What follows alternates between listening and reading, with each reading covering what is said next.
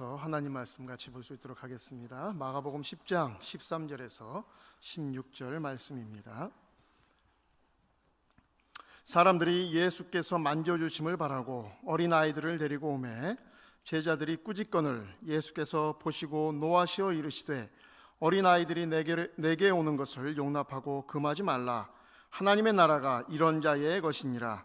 내가 진실로 너희에게 이르노니 누구든지 하나님의 나라를 어린아이와 같이 받들지 않는 자는 결단코 그곳에 들어가지 못하리라 하시고 그 어린아이들을 안고 그들 위에 안수하시고 축복하시니라.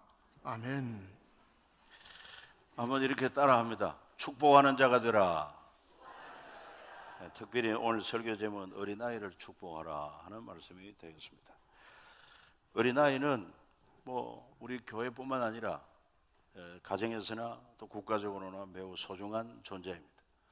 그래서 일찍이 소보 방정환 선생님은 그 일제치에 있으면서도 우리 아이들이 우리 한국의 미래다.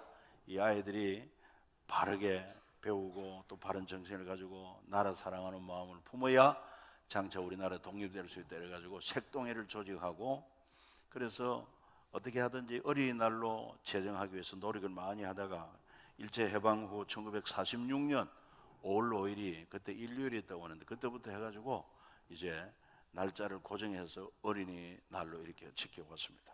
물론 당연히 교회도 어린이 주일 또는 꽃주일 해가지고 기념하고 했습니다. 그만큼 어린아이가 소중하기 때문에 그렇습니다. 어린아이가 없으면 미래가 없습니다. 가정이나 교회나 국가나 마찬가지입니다.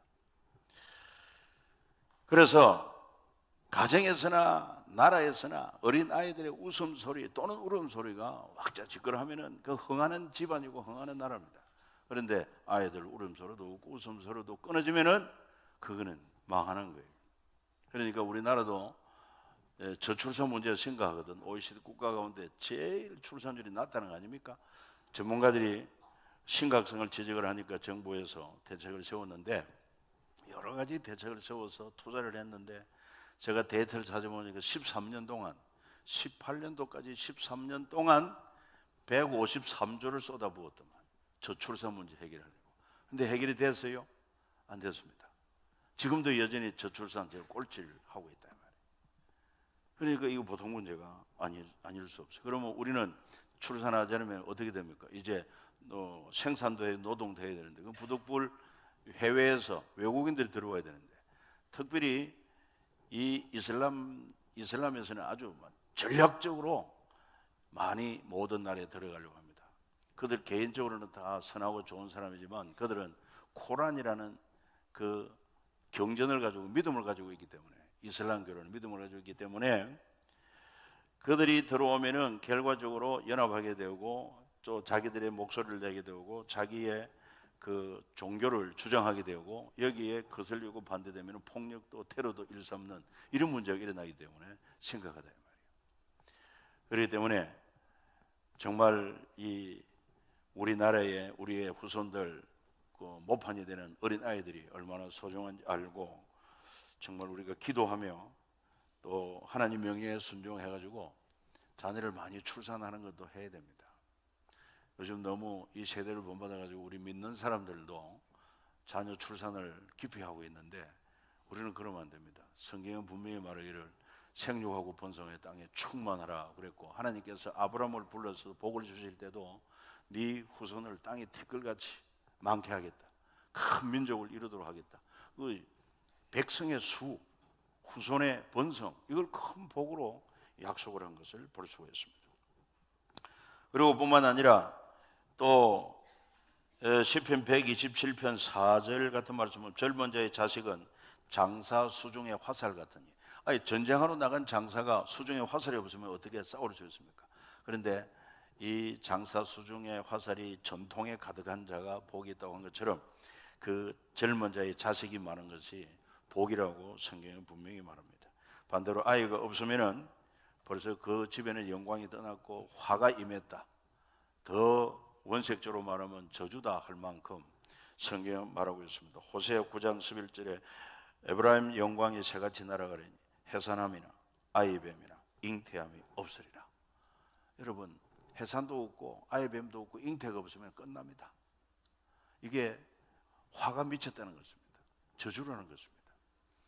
그러니까 우리가 지금 아이 놓지 않는 이런 문화, 뭐 더군다나 낙태하는 것은 죄도 아니다 이렇게 나가는 것은 이게 하나님의 섭리가 아니고 하나님의 뜻이 아니거든요. 이 사탄의 역사가 있다는 것도 알아야 됩니다. 사탄은 어떻게 하든지 하나님의 백성들, 거룩한 백성들이 번성하는 걸 갖다가 절대로 기뻐하지 않습니다. 방해합니다. 이스라엘 백성이 애굽에 갔습니다.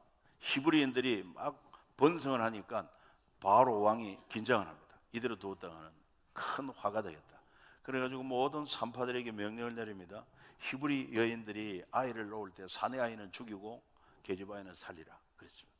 예수님이 이 땅에 태어났을 때 유대인의 왕이 태어났다는 소문을 듣고, 그래서 동방 박사들이 너희들이 유대인의 왕이 태어난 것을 알거든 헤로드 왕 자기에게도 와서 알려주기를 바란다. 그러면 나도 가서 경배하려고 했는데 속셈은 뭡니까?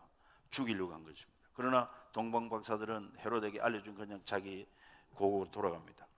그러니까 헤롯이 어떻게 합니까? 그 베들레헴 지역에 2살 이하 난 아이를 다 죽입니다. 그러니까 사탄은 생명을 귀하게 여기지 않습니다. 파괴시킵니다.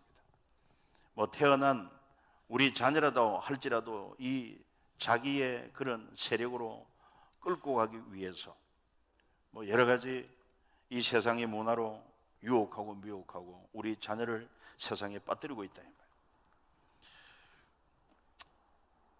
정말 다음 세대가 없다면은 우리 교회도 없습니다. 우리가 다음 세대 없는데 교회가 어떻게 존재할 수 있겠습니까? 지금 대형 교회, 큰 교회 잘 지어 놓아도 이렇게 저출산 그리고 주일학교 사라지면은 얼마 안 갑니다. 오래 안 가서 그 교회가 텅텅 비게 된다. 서구 유럽 많이 볼 수 있습니다. 우리나라 예외라고 볼 수 없어요. 그러니까 다음 세대 가치를 알고 다음 세대에 집중하는 것이 얼마나 중요한지 모릅니다. 또 한 가지는 뭐니 해도 현실적으로 다음 세대 우리 후손이 있어야 우리가 늙었을 때 자녀로부터 우리가 복량을 받기 때문에 그렇습니다. 우리는 안 늙습니까? 늙지요. 그러면 노동력도 없고 기력도 없으면 누가 돌봐주느냐 이 말이에요. 요양원에 가면 되지요. 요양원 가기 전에라도 여러분 자녀가 없으면 어떻게 되겠느냐 이 말이에요. 그리고 또 어린 아이들은 무한한 가능성 잠재되어 있습니다. 무한한 가능성이 있어요. 지금 눈에 보이는 어린아이는 철도 없고 능력도 없고 무력하고 정말 연약하지만 그러나 그 아이 속에는 미래를 바라볼 때 특출한 하나님의 인재들, 세계적인 그런 탁월한 인재들이 그 속에 감추어져 있다는 것을 우리는 몰라요. 그러니까 우리는 긍정적인 믿음을 가지고 지금 눈에 보이기에는 이 아이가 어리지만 아무것도 모르지만 철없는 어린아이지만은 이 아이에게 마땅히 행할 길을 가르치고 말씀으로 잘 양육하고 기도하고 사랑해주면은 앞으로 위대한 하나님의 인물이 된다는 믿음을 가지기를 예수 이름으로 축복합니다. 그러니까 어린아이들이 얼마나 귀한지 몰라요. 여러분 자녀들이 그렇습니다. 지금 보면 속도 섞이고 말도 안 듣고 앞으로 이놈이 뭐가 될 것 같은지 그렇지만은 긍정적인 믿음을 가져요. 정말 말씀으로 잘 가르치고 아이들 기도해주고 축복해주면 큰 인물 된다는 믿음을 가지고 그렇게 하면은 하나님이 약속하신 대로 이루어집니다.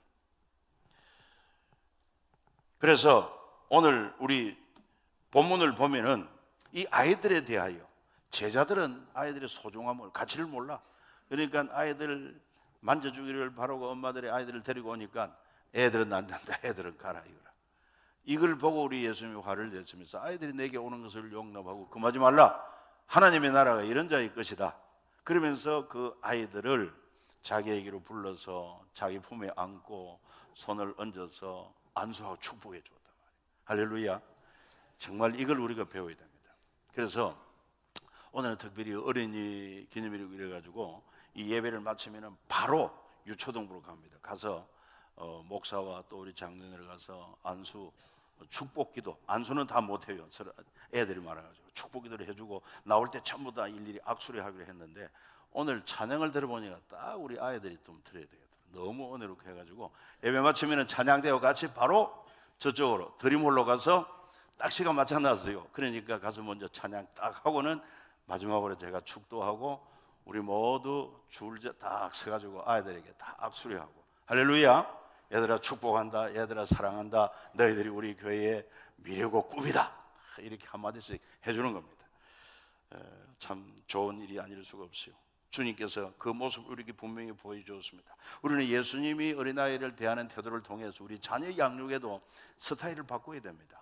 우리는 아이들을 볼 때 너무 철없고 속썩이고 하니까 자기 수준에서 막 잔소리도 하고 꾸중도 하고 책망도 하고 하지만 여러분, 잔소리 능력이 없어요. 별로 능력이 없어요. 오히려 그 잔소리가 아이들에게 상처를 주고 반항심을 가지게 하고 그리고는 부정적인 아이로 만든다는 것을 우리가 잊지 말아야 됩니다.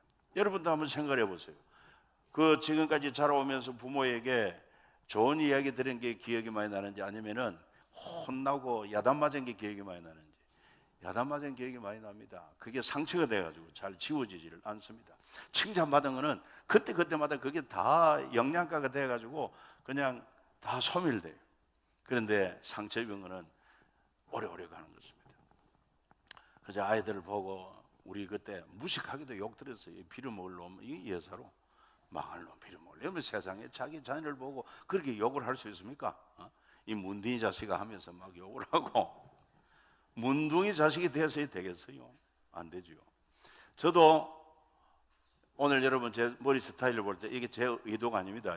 이발사가 자기 마음대로 돌려가지고 이 모양이 되고 말았습니다만은, 그래서 내가 아니 도대체 내가 분명히 이야기를 했는데 전에 머리가 좀 짧아가지고 조금 더 길게 바리깡에 그 두께를 좀 두꺼운 걸로 해가지고 밀어주면은 조금 길게 되지 않나 이랬더니만, 이걸 또 옆으로 싹 다 밀어가지고 이 모양 이 꼴이 됐는데, 내가 그랬어요. 나 67년 만에 처음 보는 모습이라고 하고 웃고 말았습니다. 목사가 돼가지고 또 머리 잘랐다고 싸울 수도 없고. 그런데 왜 제가 이런 얘기를 하냐면, 제가 어릴 때 머리가 아주 곱게 잘 길러주었어요. 그런데 이발관에 갔는데 그때 이발사가 무슨 마음이 들었는지 완전히 빡빡 밀어버렸어요. 그래가지고 집에 왔더니만 우리 엄마가 야단을 치면서 이놈아 머리가 그 꼴이 무슨 모양이냐고 빨리 가서 머리 물려달라고. 그럼 나는 또 머리 물려주는 줄 알고 갔지요.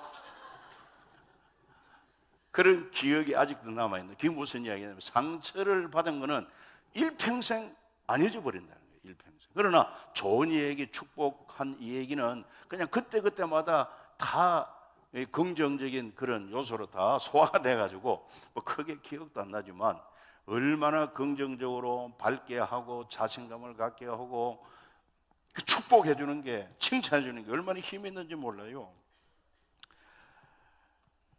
그렇기 때문에 이 아이들을 칭찬해 주고 축복하는 게 이거 정말 양육에 절대 필요하다 하는 것을 우리가 꼭 기억해야 될 것입니다.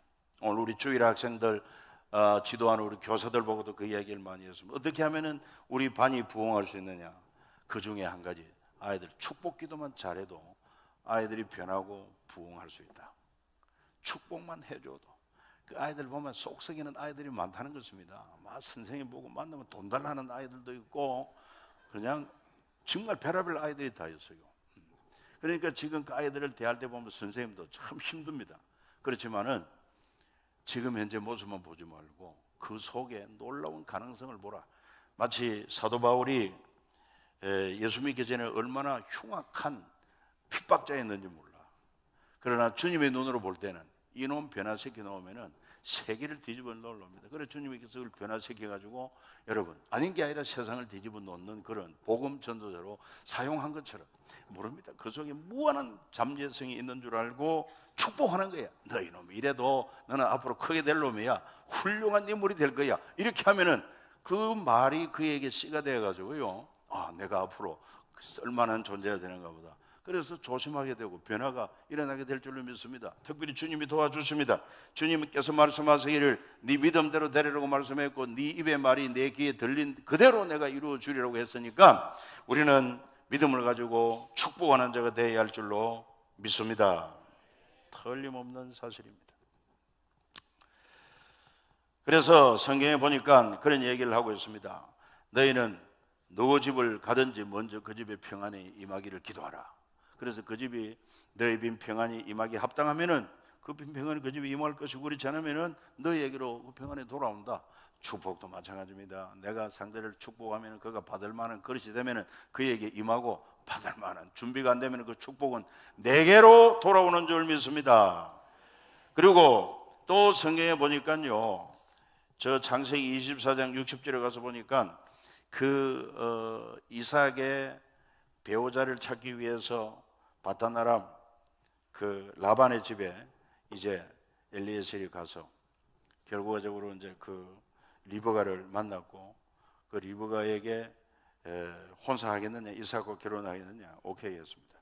그때 오라비가 어떻게 리브가에게 복을 했냐면, 축복을 했냐면은, 우리 누이여 너는 천만인의 어미가 될지어다. 어마어마한 축복을 했어요. 한번 해봅시다, 여러분. 우리 누이여 너는 천만인의 어미가 될지어다. 지금은 너 혼자지만은 너를 통해서 천만인의 후손을 두는 어미가 조상이 될 것이다. 야, 멋진 축복이 아닐 수가 없어요. 이런 하나님의 복 주심을 믿고 통큰 그런 축복 기도할 필요가 있어요. 이삭도 아들 야곱에게 축복을 합니다. 창세기 27장 28절에 보면은, 하나님은 하늘의 이슬과 땅의 기름짐이며 풍성한 곡식과 포도주를 네게 주시기를 원하노라. 만민이 너를 섬기고 열국이 네게 굴복하리니 너를 저주하는 자를 저주받고 네게 축복하는 자를 복받기를 원하노라. 이렇게 놀라운 축복 기도를 하고 있어요. 야곱도 그 아들과 자손들에게 축복합니다. 창세기 48장 16절에 가서 보니까 하나님이 이 아이에게 복을 주시고 이들로 내 이름과 내 조부 아브라함과 아버지 이삭의 이름으로 칭하게 하시오며 이들로 세상에서 번식되게 하시기를 원하나이다. 아브라함, 이삭, 야곱은 축복의 족장들입니다. 그러니까 이 태어나는 후손들도 바로 우리 아브라함과 이삭과 야곱처럼 계속해서 축복의 후손이 되게 해달라는, 신앙의 명가문이 되게 하는 그런 축복기도 아니겠습니까? 그리고요, 하나님은 제사장 아론 또 그 아들들에게 축복권을 주셨고, 너희는 이스라엘 백성에게 축복하라고 하시면서 민수기 6장 24절부터 축복기도를 가르쳐 주셨어요. 오늘 우리 같이 한번 읽어봅니다. 여호와는 네게 복을 주시고 너를 지키시기를 원하며 여호와는 그 얼굴을 네게 비추사 은혜 베푸시기를 원하며 여호와는 그 얼굴을 네게로 향하여 드사 평강 주시기를 원하노라. 이렇게 축복하면은 하나님께서 내가 그대로 복을 주리라 약속을 했어요. 그리고 오늘 여기서 우리가 한 가지 분명히 해야 되는데, 축복하는 것은 사람이 하고 복을 주시는 것은 하나님이 하는 줄 믿으시길 바랍니다. 그런데 이걸 우리가 지금 그동안의 용어를 잘못 사용해 하나님 우리를 축복해 달라고 할 때, 그럼 하나님은 야, 나는 누구에게 복을 빌어줄까? 축복이라는 말은 복을 빈다는 거거든. 하나님은 복을 주시는 분이지 누구에게 복을 빌 대상이 없어요. 왜 그렇습니까? 하나님이 복의 구는 하나님이 복을 주시는 분이기 때문에. 그래서 우리는 사람은 축복을 해야 됩니다. 그러면 하나님은 우리 축복을 들으시고 하나님이 복을 내리신다는 것을 꼭 기억해야 되겠습니다. 그러니 여러분, 아론은 제사장이지만 이 시대 제사장이 누굽니까? 예수님은 우리 모두가 거룩한 제사장이요, 왕같은 제사장으로 했습니다. 바로 축복권을 오늘 우리에게 주셨어요. 그러니까 마음껏 여러분 자녀를 축복하고 또 서로 배우자도 서로 축복하고, 그리고 만나는 사람 또 축복하고, 이 참 칭찬하고 축복에 얼마나 능력이 있는지 몰라요. 다윗 왕도 보니까 참 축복의 사람이었어요.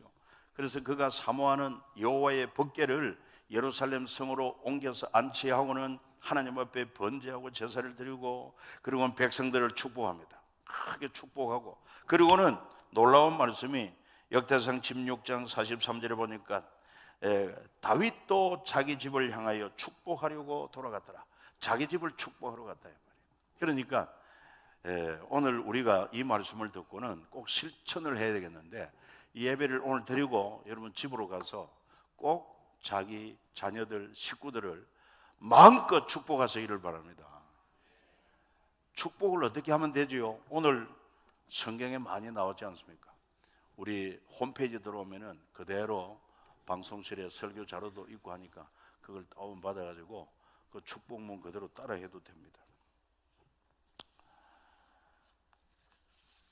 특별히 꼭 우리가 기억해야 할 것은 어떤 경우라도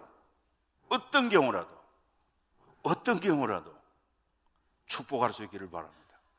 왜냐하면 베드로전서 3장 9절에 그렇게 말씀하기 때문에 그렇습니다. 자, 베드로전서 3장 9절입니다. 악을 악으로 욕을 욕으로 갚지 말고 도리어 복을 빌라. 이를 위하여 너희가 부르심을 받았으니 이는 복을 이어받게 하려 하십니다. 아멘입니까? 누가 여러분들을 보고 욕하는데 가만히 있습니까? 나도 그냥 화를 내죠. 같이 욕하고 싶죠. 그러나 너희는 그렇게 하지 마라 말이에요. 어떻게 하라? 그럴수록 너희는 축복하라.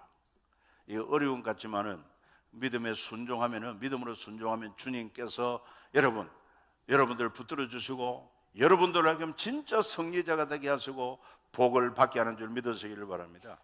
나를 향하여 악을 향하는 자, 나에게 욕을 하는 자, 같이 악을 향하고 욕을 하고 싸우면은 피차 망하는 것입니다. 피차 손해를 보는 것입니다. 그러나 그때 우리는 이 말씀을 딱 해요. 베드로전서 3장 9절 악을 악으로 욕을 욕으로 갚지 말고 도리어 너희는 축복을 하라. 너희가 이를 위하여 부름을 받았으니 이는 복을 이어받게 하리 함이라. 야, 얼마나 귀한 말씀인지 몰라요. 이 말씀을 딱 기억하고 딱 1분만 참으면 돼. 아니 3초만 참아도 돼. 딱 욕하고 싶은 마음을 참고 그리고는 축복을 하는 것입니다. 뭐 어떻게 축복하면 좋겠습니까? 근본 대신방 주제로 요한 3서 2절을 증거했는데, 사랑하는 자여 네 영혼이 잘 땐같이 네가 범사가 잘 되고 강건하기를 내가 간구하노라. 나에게 욕을 하는 친구를 보고 이렇게 했다. 여러분 한번 시작하면 암송해봐요. 시작. 사랑하는 자여 네 영혼이 잘 땐같이 네가 범사에 잘 되고 강건하기를 내가 간구하노라. 이렇게 하면은 그가 화를 냈다가 무안해서 용서를 구할 것입니다. 진정한 성리자가 되는 비결이 축복을 할 때, 복을 빌 때 참 성리자가 되고 오히려 복된 자가 된다는 거 아니겠습니까? 참 성경이 놀라운 진리입니다. 그런데 이렇게 축복하기를 인색하고 막 그냥 욕하기 좋아하고 비난하기 좋아하고 불평하기 좋아하고 저주하기 좋아하게 되면은 그게 자기한테 돌아온다는 거예요. 성경에 그런 말씀이 나와요. 시편 109편 17, 18절 한번 봅니다. 시작. 저가 저주하기를 좋아하더니 그것이 자기에게 임하고 축복하기를 기뻐하니 하더니 복이 저를 멀리 떠났으며 또 저주하기를 옷 입듯 하더니 저주가 물같이 그 내부에 들어가며 기름같이 그 뼈에 들어간다. 그러니까 축복하기는 싫어하고 막 그냥 비난하고 비방하고 막 저주하고 이랬더니만 이게 막 옷 입듯이 저주가 자기에게, 저주가 옷 입히듯이, 그리고 저주가 온몸에 뼈 속까지 여러분 망가지는 그런 저주가 임한다는 것입니다. 이 말씀을 우리가 예사로 듣지 말고 깊이 인식을 하고 어떤 경우에라도 나는 축복하리라, 어떤 경우에라도 나는 축복으로 승리하리라, 이런 믿음을 우리 가지게 되겠습니다. 그 외에도 우리 자녀들을 위한 좋은 축복문 성경에 보면 참 많이 나옵니다. 여러분들이 발견해서 오늘 설교 들은 말씀 외에도 이런 축복문이 있습니다 가지고 우리 카톡방에 올려보십시오. 또는 저 홈페이지에 올려보십시오. 그러면 그걸 보고 아주 좋은 것은 상을 주도록 할 테니까 축복문을 많이 만들어가지고 축복을 하십시오. 우리 자녀들 지혜와 명철이 필요할 때 이사야 11장 2절 말씀 좋습니다. 여호와의 신 곧 지혜와 총명의 신이요 모략과 재능의 신이요 지식과 여호와를 경외하는 신이 강림하시리니, 이런 말씀을 적용해가지고 아이들 손을 얹고 하나님이여 이 아이에게 하나님의 영 곧 지혜와 총명의 신이요 모략과 재능의 신이요 지식과 여호와를 경외하는 신으로 충만하기를 소원합니다. 할렐루야. 얼마나 멋진 축복 기도가 되는지 몰라요. 뭐 그 외에도 우리 신앙의 인물들 가운데 뛰어난 인물들이 있지 않습니까? 예를 들어서 모세의 탁월한 지도력을 주시고 요셉의 하나님의 영에 충만하여 그 지혜로 나라를 위기에서, 나라 민족 위기에서 건져내는 그런 인물이 되게 해달라고, 다윗처럼 담대함과 그리고 관용의 품성을 가진 우리 자녀가 되게 해달라고, 그런가 하면 솔로몬처럼 지혜와 총명이 탁월하고 부와 영광이 크게 넘치는 복을 주시옵소서. 아이들이 크게 복을 빌 수 있어요. 그 외에도 다니엘의 경건함과 지혜, 에스더의 민족을 위하여 사생 결단하는 그런 여성 지도자, 바울처럼 주님과 복음을 위해서 지사충성하는 이런 인물들이 되게 해 주시옵소서. 우리는 뭐 마음껏 축복하면은 하나님께서는요 복을 주시는데 제한이 없습니다. 못 줄 복이 없으니까. 그러니까 하나님은 정말 우리가 축복하는 삶을 살기를 원하는 것입니다. 이제 마지막으로 최고의 축복은 그 영혼이 구원받는 데 있습니다. 뭐 아무리 우리가 축복해도 그 영혼이 믿지를 않으면은 한계가 있어요. 하나님의 축복을 누릴 수 없단 말이에요. 그러니까 어떻게든 그 영혼이 구원받고 그 영혼이 잘 때는 이게 최고의 축복이다. 그런데 누가 그 영혼을 구원하고 누가 그 영혼 잘 되게 할 수 있느냐? 그게 바로 교회가 아니고는 할 수가 없어요. 여러분들이 아니고는 영혼 구원을 이룰 수 있는 사람이 아무도 없습니다. 여러분들이 복음을 전가할 때, 여러분들이 말씀으로 영혼을 가르칠 때, 영혼을 잘 양육할 때 그 영혼이 잘 될 수밖에 없지 않습니까? 그렇기 때문에 우리는 축복기도와 더불어서 정말 그 영혼들이 복된 영혼이 되도록, 구원받은 영혼이 되도록 적극적으로 행동해야 됩니다. 이를 위해서 우리 교회는 새생명 복음 축제를 선포했고, 특히 또 다음 세대, 중요성을 알고 다음 세대 2020 비전을 선포하고, 그걸 구체적으로 이루기 위해서 이제 아이해피데이를 한 달에 거의 한 번꼴로, 그리고 1년에 상반기에 한 번, 하반기에 한 번은 스페셜 아이해피데이로. 돈도 많이 들어가요. 아까 봤는데 그걸 세트로 제대로 빌리면은 한 1,000여만 원 들어간다고 합니다. 임대하는데.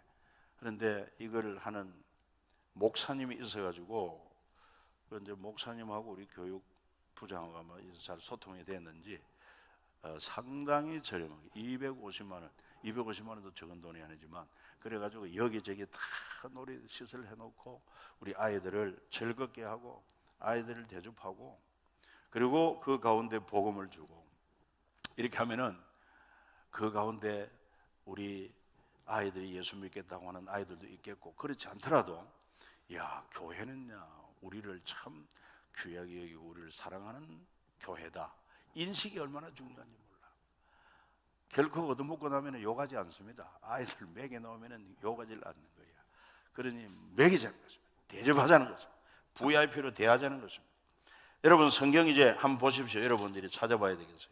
마가복음 9장 37절이에요. 마가복음 9장 37절. 같이 한번 읽겠습니다. 누구든지 내 이름으로 이런 어린 아이 하나를 영접하면 곧 나를 영접하며, 누구든지 나를 영접하면 나를 영접함이 아니요 나를 보내신 이를 영접함이라.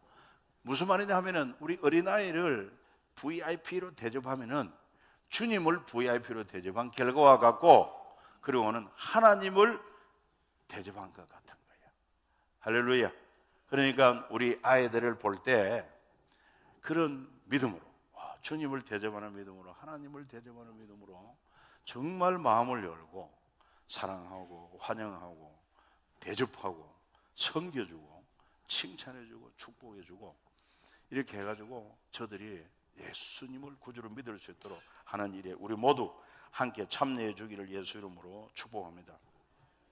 그래서 이거를 적극적으로 활용해 달라는 거예요. 이게 돈도 많이 들어간 건데, 이거 있으면 아이들 접촉하는데요 참 유리합니다.